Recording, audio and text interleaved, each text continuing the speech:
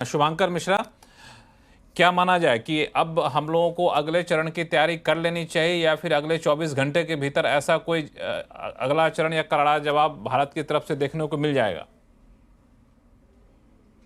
लक्ष्मण जी, आपके सारे पैनलिस्ट को मेरा नमस्कार और जय हिंद। मेरा सौभाग्य है कि मैं अपने इस टीम पैनल के बीच में हूँ। इसमें से कई सारे लोग ऐसे हैं जो मेरे आदर्श रहे मेरे सर्विस के दिनों में। चलिए, अब मुद्दे पे आते हैं।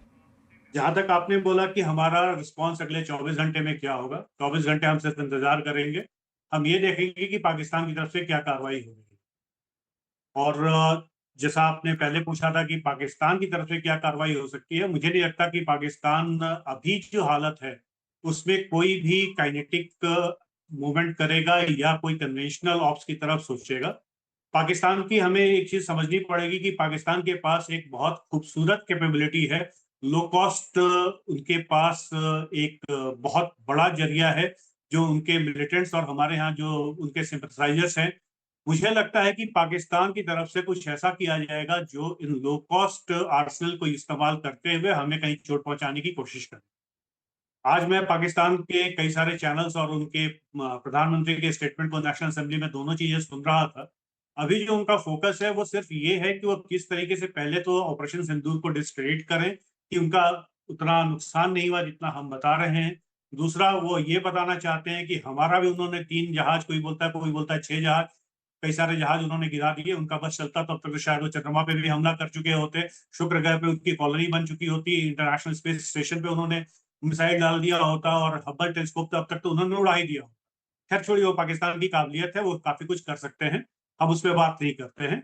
बट जो कई सारे चैनल्स पे मैंने उनकी जो आज आप उसको गुहार समझ लीजिए या जो भी, उनकी गुहार ये थी कि अब हमें चाहिए कि किसी भी तरीके से हम इंडिया को फोर्स करें कि इंडस वाटर ट्रीटी को जो हेल्ड इन अबेंस रखा गया है उसको वापस किया जाए और इंडस वाटर ट्रीटी को वापस बहाल किया जाए। तो अभी पाकिस्तान की सबसे बड़ी दुखती नस जो है वो है इंडस वाटर ट्रीटी। और मुझे लगता है कि अब हमें जो हमारी अगली कार्रवाई है, हमें काइनेटिक, जैसा सबने बताया कि हमारे जितने भी फौजी ऑप्शंस हैं वो सारे तैयार हैं, रिहर्स्ड हैं, प्रैक्टिस्ड हैं। बट मुझे लगता है कि उनकी शायद जरूरत ना पड़े।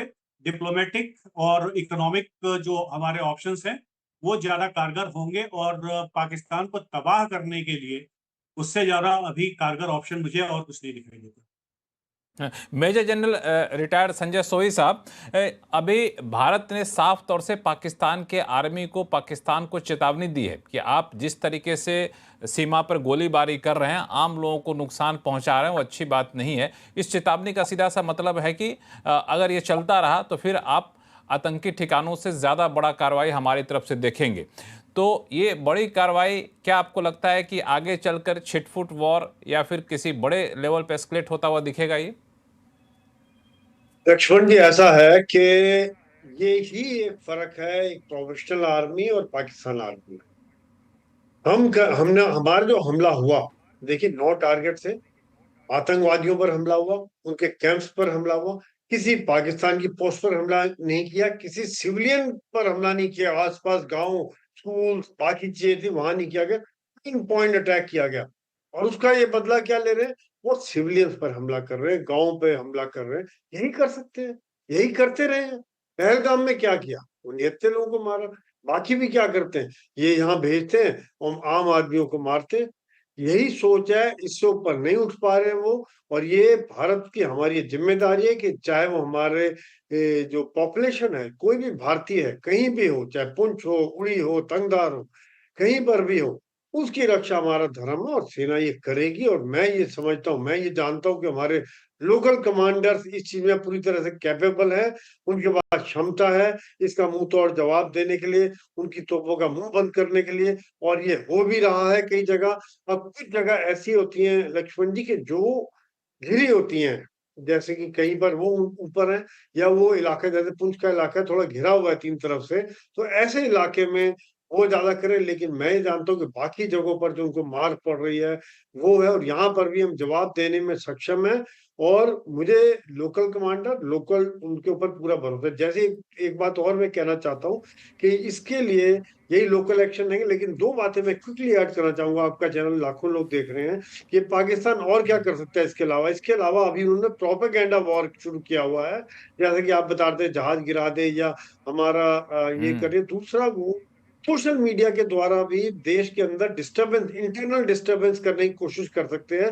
जैसे इनका उद्देश्य था पहलगाम अटैक में कि हिंदू मुस्लिम्स के बीच में दंगे कराने या गड़बड़ कराने की कोशिश की जाए, उसमें वो फेल हो गए। भारत का हिंदू मुसलमान सभी ने करारा जवाब दिया, इस बात के इकट्ठे खड़े हैं, और उस वही जवाब कश्मीर के लोगों ने दिया। यहाँ पर यही बात अभी भी वो कोशिश करेंगे इस तरह की। और तीसरा है साइबर अटैक, क्योंकि ये कुछ चीजें हैं जो शायद एक लो कॉस्ट ऑप्शन की तैयारी करें, जिसके लिए आपके चैनल के थ्रू मैं यही बताना चाहूंगा कि लोग सचेत रहें। और आपका चैनल है, जैसे अच्छे चैनल्स हैं, रिलायबल चैनल्स हैं, इनको देखें और इन्हीं पर भरोसा करें। लक्ष्मण जी। जी बिल्कुल, ये जो लो कॉस्ट टेक्निक है उसको पाकिस्तान अपनाना चाहेगा। जीजे सिंह साहब, ऐसे हालात में चूंकि ये जो प्रोपगेंडा वॉर फैला रहे हैं, सोशल मीडिया के जरिए मिस इन्फॉर्मेशन फैला रहे हैं, इससे आखिर पाकिस्तान हासिल क्या करना चाहता है? क्या वो अपनी फेस सेविंग एक्सरसाइज के तौर पर इसको इस्तेमाल कर रहा है, या फिर भारत के लोगों को गुमराह करना चाहता है, या फिर बाकी दुनिया को बताना चाहता है कि हमारे पास भी ताकत है? नहीं, आपने ठीक कहा बिल्कुल कि ये जो एक फेस सेविंग डिवाइस है उनकी, क्योंकि मैं इनको जब देखता हूं तो मैं समझता हूं कि इनका अगर ट्रैक रिकॉर्ड देखा जाए इस सेंचुरी का ही, 201 से जब पार्लियामेंट के ऊपर अटैक किया, उसके बाद 26/11 हुआ, पठानकोट हुआ, उरी हुआ, पुलवामा हुआ, अब पहलगाम हो गया, तो ये इनकी जो डीएनए और जो फितरत है पाकिस्तान आर्मी की, वो मैं समझता हूं कि उसको एड्रेस करने की बहुत जरूरत है। और उसके लिए हमें कोई बहुत जबरदस्त जो है काइनेटिक रिस्पॉन्स की जरूरत है, क्योंकि आपने ये देखा होगा कि ये लोग आपस में तो लड़ते रहते हैं। मैं तो ये भी कहूंगा कि मुझे याद आ रही है आपको हिलेरी क्लिंटन की स्टेटमेंट के जो अपनी बैकयार्ड के अंदर सांपों को पालते हैं, क्या वो भूल जाते हैं कि उनको काटेंगे? ये मैं उसकी, सॉरी मैं थोड़ी डिप्लोमेसी की कर रहा हूं, ये जो उसका बयान था ये हाफ ट्रूथ था, क्योंकि ये जो सांप हैं पाकिस्तान के अंदर, जो तंग की गुट है, जब ये हिंदुस्तान का नाम सुनते हैं तो एक सूत्रधारी हो जाते हैं, एक हो जाते हैं, फिर लड़ने को आ जाते हैं, आपस के इनके जो डिफरेंसेस है वो खत्म हो जाते हैं। तो ये एक बड़ी डेंजरस कंट्री मैं समझता हूं, क्योंकि दूसरी बात जो मेरे जहन पे आती है कि इनकी जो डीप स्टेट मिलिट्री है वही डिसीजंस लेती है। अभी आपने सुना उसके पॉलिटिशियंस, जो डिफेंस मिनिस्टर है या उनका प्राइम मिनिस्टर है, वो जो स्टेटमेंट्स देते हैं मैं उनको कोई अहमियत नहीं देता, क्योंकि इवन इनकी जो फॉरेन पॉलिसी के फाइनल डिसीजंस हैं वो इनकी आर्मी लेती है, इनके जनरल्स लेते हैं। तो अगर मैं इसके सेंटर ऑफ ग्रेविटी को देखूं, जैसे आज की तारीख में, आज सुबह जब हमने एक बहुत ही प्रोफेशनल, जिसको कहते हैं कि कैलकुलेटेड, कैलिब्रेटेड, बहुत ही प्रोपोर्शनेट, मेजर्ड, उनके ऊपर अटैक किया है, कोई सिविलियन कैजुअलिटीज नहीं की, कोई कोलैटरल डैमेज नहीं हुआ, वो एक प्रोफेशनल रिस्पॉन्स था हमारी आर्मी का। मगर ये जो लोग हैं, ये लोग इसको समझते नहीं है। ये पाकिस्तान की आर्मी इज अ रोग आर्मी, उससे कुछ भी आप एक्सपेक्ट कर सकते हैं। और मुझे सबसे बड़ा जो डर है कि ये अपने चेहरे को, फेस सेविंग डिवाइस को बचाते हुए कुछ ऐसा काम कर सकते हैं कि जो सॉफ्ट टारगेट्स हैं, जैसे कर्नल राठौर साहब कह रहे थे कि अभी से उन्होंने जो सिविलियन पॉपुलेटेड एरिया है एलओसी के ऊपर, वहां पे आर्टिलरी फायर करना शुरू कर दिया है। तो मुझे ऐसे लगता है कि ये ना कर पाए, और ये संभव भी है इन लोगों से कि ये जो हमारे हेविली सिविलियन पॉपुलेटेड एरियाज हैं, जैसे कि 1965 में मैं उस टाइम स्कूल में था और पंजाब में था, इन्होंने इनकी आर्मी जब हार गई, हमने 2 टुकड़े कर दिए और पता लगा कि बिल्कुल पीछे जा रहे हैं, तो इनकी एयरफोर्स ने जाते जाते हमारे अमृतसर के साथ एक छहरटा उसका नाम है, टाउन है, उसके ऊपर बम गिरा दिए थे। तो ये ऐसी कोई भी हरकत अलोंग साइड आईबी भी कर सकते हैं। तो हमें स्थिर रहने की बहुत जरूरत है। हमें अपनी आर्मी तो अलर्ट है, मैं तो कहता हूँ ऑफेंसिव में जाना चाहिए, क्योंकि अगर इनके आपस में लड़ाई नहीं होती तो फिर दूसरे जो हैं वो उनके ऊपर इनके हाथ आ जाते हैं, वो भी सब इकट्ठे हो जाते हैं।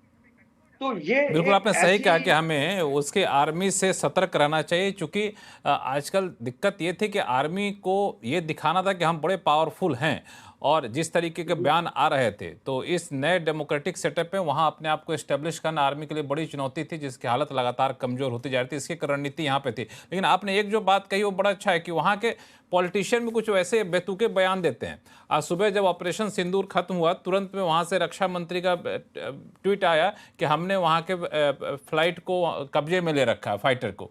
फिर बाद में कहा नहीं जी नहीं, हमने कब्जे में नहीं रखा है। तो इस तरह के बयान देना फिर पलट जाना बहुत ही झूठ बोलने के एक्सपर्ट हैं। इनकी जबान के हाँ। ऊपर आप विश्वास नहीं कर सकते, इनके अखलाक के ऊपर विश्वास नहीं कर सकते। आप इनकी किसी चीज को भी अहमियत मत दीजिए, ये अपने मनमानी करेंगे। ये लोग ऐसे हैं कि आपको कुछ कहकर और कर सकते हैं।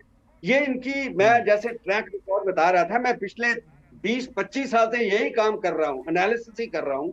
यहाँ तक कि मैं हमास और इजराइल जो है वो ठीक काम करता है, क्योंकि ये अगर मार मारनी शुरू की इन्होंने तो मार खाते रहेंगे, मगर हार मानेंगे नहीं। ये मार मार खाने खाते के रहेंगे भी लेकिन हार मानेंगे नहीं। दीपक वोरा साहब,